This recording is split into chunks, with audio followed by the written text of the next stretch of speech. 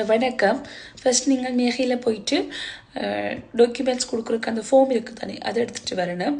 So நீங்கள் கொடுக்க வேண்டிய டாக்குமெண்ட் வந்து உங்களோட ஐடி ப்ரூஃப், விசா, ரிஃப்யூஜி விசான்னா செலிபா டாக்குமெண்ட் தேவையில்லை, குச்சி அதுவே இமிக்ரெண்ட் சொன்னால் தேவை.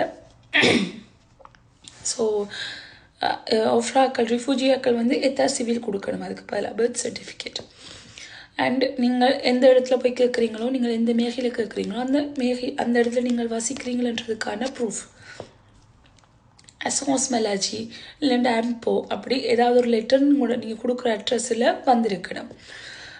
அதுக்கு பிறகு உங்களுக்கு யார் சைன் பண்ண போகிறோமே சாட்சி கையெழுத்து 2 பேர் கட்டாயம், 4 பேர் நீங்கள் கொடுக்கலாம். ஸோ அவையோட ஐடி ப்ரூஃப், அவையோட டீட்டெயில்ஸ் எல்லாமே நீங்கள் கொடுக்கணும். ஓகே, நார்மலாக அவ்வளவுதான்.